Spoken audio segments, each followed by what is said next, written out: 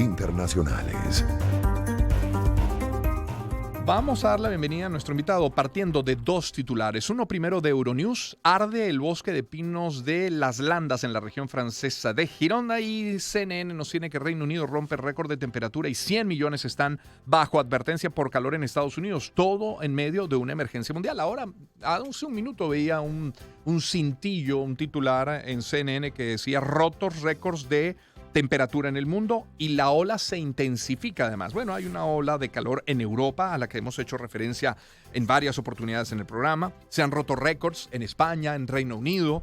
En Europa se dice que han perdido la vida, que han muerto más de 1.500 personas, 510 de ellas solamente en España. Y a España nos vamos gracias a Ricardo Torrijo, él es meteorólogo de la Agencia Estatal de Meteorología de España. Ricardo, muy buen día, ¿cómo está usted? ¿Cómo le va? Ricardo, ¿me escucha?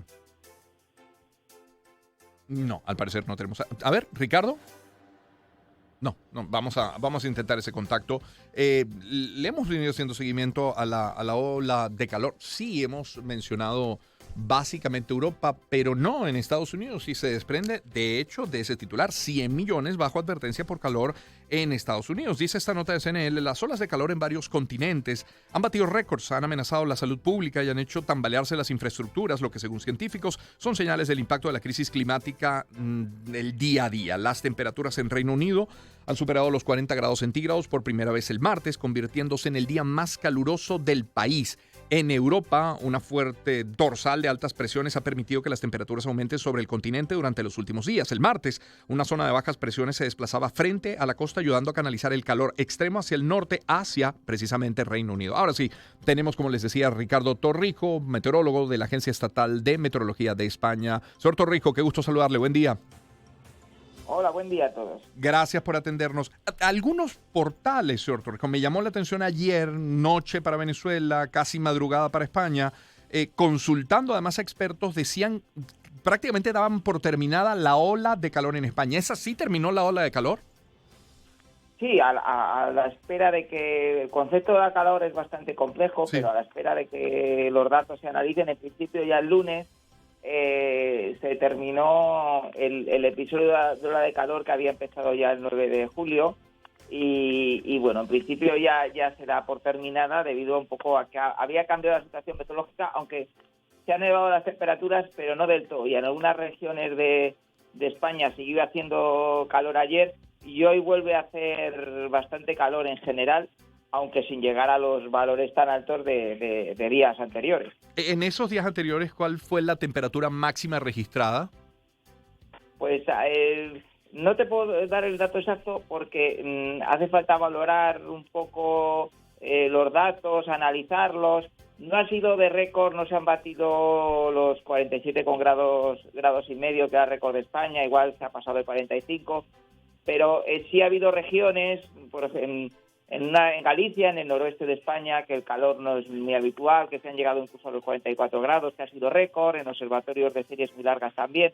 No se ha batido el récord porque a lo mejor en las zonas más cálidas de España no ha sido tan intensa como otras veces, pero sí ha sido muy generalizado, muy larga, ha afectado a muchas provincias y en algunas y en ciertas regiones sí se han batido récords regionales.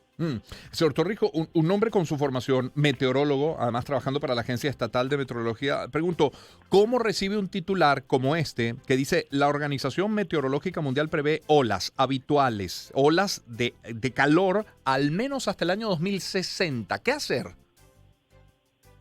Pues, pues los especialistas que se dedican a la modelización del clima, complejos programas que intentan simular el comportamiento de la atmósfera, pues nos dicen que las salidas de esos modelos pues hablan de que puede haber cada vez más olas de calor, y si esto se cumple, pues en muchas zonas por ejemplo en España, en latitudes medias, pues los veranos se hacen... el calor además sube especialmente en verano, porque la subida de temperaturas es más acusado en verano, y eso se manifiesta en veranos más largos, que empiezan antes, suelen terminar más o menos igual, pero veranos que van empezando se van trasladando a junio, con temperaturas medias más altas, con más olas de calor, y bueno, pues ante eso, si sigue esa tendencia, pues habrá que ir adaptándose un poco a la situación. Claro, y podemos concluir, se puede decir, se puede afirmar que el origen está en un momento de altas temperaturas. Es verano, suelen subir las temperaturas, pero que está siendo potenciado por el cambio climático. ¿Eso es un hecho?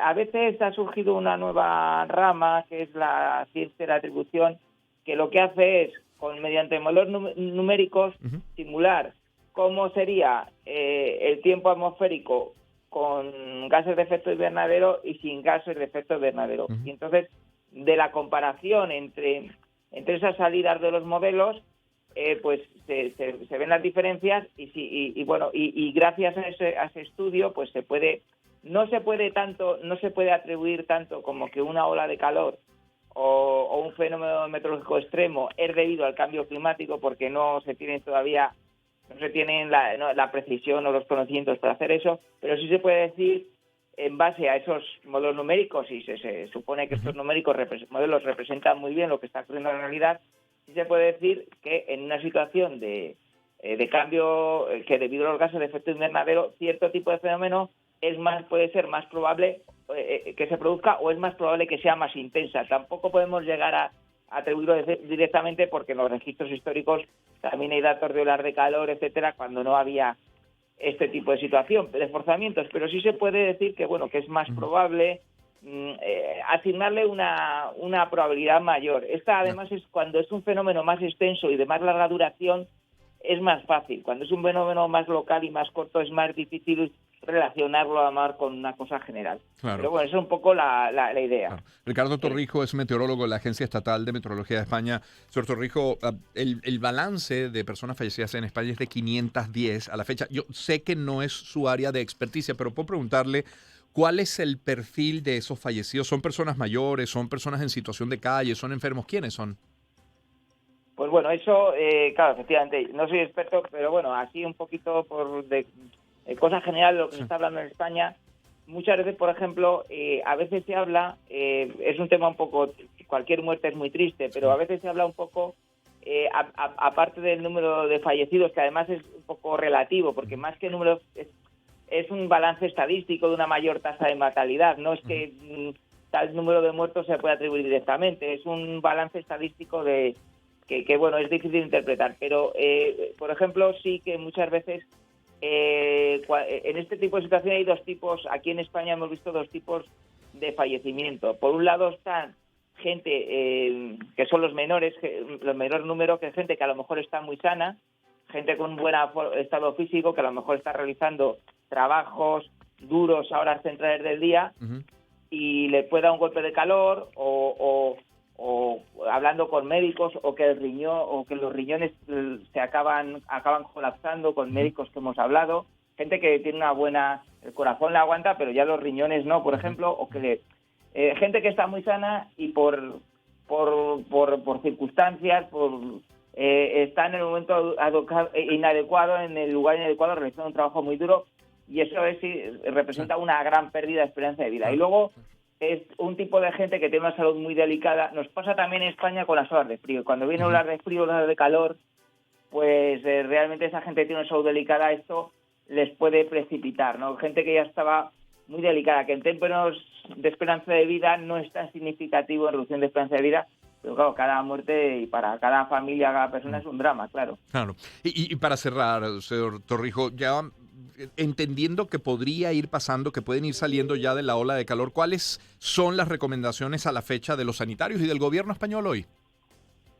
Hombre, las recomendaciones para este tema, por un lado, a la población general, es que siempre que esté informada de la situación meteorológica, que actúe con prudencia y sentido común, y que siga las recomendaciones de protección civil. Y esto es especialmente interesante de cara a las personas vulnerables, ¿no? Porque muchas veces pues que procuran estar en sitios pues con temperaturas acondicionadas. Muchas veces en España, en las grandes ciudades, vivimos en pisos, se ponen temperaturas muy altas, pues tratar de tener un ambiente lo mejor acondicionado posible, en fin, refrescarse con agua, porque muchas son temperaturas muy secas, que duchas de agua fresca te ayudan mucho a bajar la temperatura, comidas ligeras, etcétera. Las recomendaciones que se dan, especialmente pues para las personas más vulnerables, que a veces los mayores no sienten el calor, no sienten la sed, que se hidraten y tal. Es un poquito un tema, van por ahí las recomendaciones que se suele dar aquí en España a la población. Claro. Doctor Torrijos, gracias por atendernos esta mañana.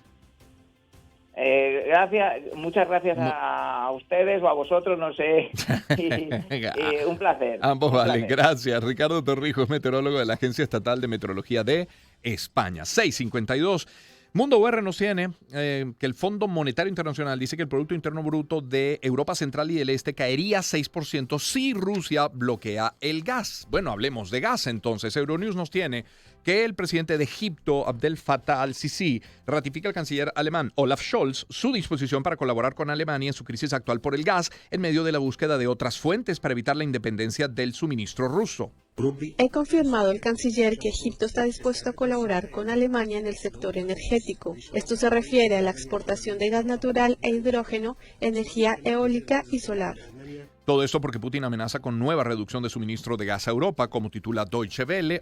Bruselas presenta su plan de ahorro por si Rusia corta el gas este invierno. Una Unión Europea que, como mencionábamos ayer hacia el final del programa, suavizará sanciones a bancos rusos para permitir el comercio de los alimentos. En Euronews leemos que el presidente Vladimir Putin y su homólogo turco Recep Tayyip Erdogan se reunieron en Teherán este martes para discutir la exportación de grano ucraniano, según informó un asesor del Kremlin. Al parecer, las negociaciones entre Rusia, Ucrania, Turquía y Naciones Unidas están cerca de un acuerdo que se espera firmar esta misma semana para reanudar el envío de grano desde Ucrania a través del Mar Negro. No vamos a rendirnos ni a sentirnos perdidos, ni a retroceder décadas como pronostican algunos. Por supuesto que no. Al contrario, al darnos cuenta del enorme cúmulo de dificultades a las que nos enfrentamos, buscaremos intensa y competentemente nuevas soluciones. Ucrania culpa a Rusia por presuntos crímenes de guerra contra el medio ambiente, lo tiene CNN, esperanza de llevar algún día los casos a la Corte Penal Internacional, en última instancia hacer que Moscú pague también. Estados Unidos advierte que Rusia quiere anexar territorios ucranianos que ya controla. Y cambiando de tema, Unión Europea se prepara para volver a abrir sus puertas. Macedonia del Norte y Albania han iniciado finalmente las negociaciones formales de adhesión previas a su plena integración a la Unión. Ante esto, la presidenta de la Comisión Europea, Ursula von der Leyen, declaró esto. Habrá un impulso en la inversión, se mejorarán los vínculos comerciales, habrá una colaboración más estrecha en ámbitos clave, como la energía y el transporte. Se ampliará el uso y el impacto de la financiación de la Unión Europea. Y esto significa nuevos puestos de trabajo, nuevas oportunidades de negocio. Esto es lo que sus ciudadanos llevan tanto tiempo esperando y por lo que han trabajado tanto, y eso es lo que se merecen. En nuestro continente, Panamá, una mesa de diálogo que está estancada y la comida podría empezar a escasear, según titular de France 24, donde también leemos, llevándonos a Nicaragua, que Daniel Ortega toma 5 alcaldías controladas por la oposición. Se trata de municipios que eran liderados por autoridades del partido opositor Ciudadanos por la Libertad, de derecha, a las que el gobierno les retiró su personería jurídica en 2021, situación que fue aprovechada por concejales de la gobernante exguerrilla Frente Sandinista de Liberación Nacional. Los gobiernos municipales ocupados pertenecen a los municipios del Cuá, San Sebastián de Yali y Santa María de Pantasma, jurisdicción de Jinotega en el norte, además de Murra en el departamento de Nueva Segovia y también El Almendro en Río San Juan hacia el sur. Hasta el momento no hay un pronunciamiento oficial. Mundo VR nos tiene que Twitter dice que Musk está dañando sus intereses con cada día que pasa. Y en materia de salud, Organización Mundial de la Salud alerta de la nueva ola de COVID en Europa en situación similar a 2021. Y sobre viruela del mono hay 2 titulares. CNN nos tiene que ¿qué debemos saber frente al aumento de casos? Hay todo un trabajo. Y Alemania que registra más de 2.000 casos de viruela del mono. Es todo en materia internacional que vamos a tener en la próxima parte de nuestro programa. Estaremos conversando con Asdrúbal Olivero. Será nuestra agenda económica de cada semana, de cada día miércoles. Conversaremos con Gustav Brockmeier, politólogo, investigador. Vamos a hablar del Darién, que tanto hemos mencionado en los titulares en las últimas semanas o meses, pero sobre todo en el intento de evitar que los ciudadanos venezolanos, pero de otras nacionalidades también, sigan utilizando esta opción migratoria. Es decir, del Darién estaremos hablando luego de las 7:30 de la mañana y hoy nuestra rocola tendrá al gran pianista y compositor, 2 veces nominado al Grammy, ganador del gran concurso de piano de jazz americano 2005, Benito González, estará compartiendo con nosotros su música. Hablando de música, vamos al corte con un gran tema de Human League, Don't You Want Me Baby, es que no me quieres, nena. 6:50.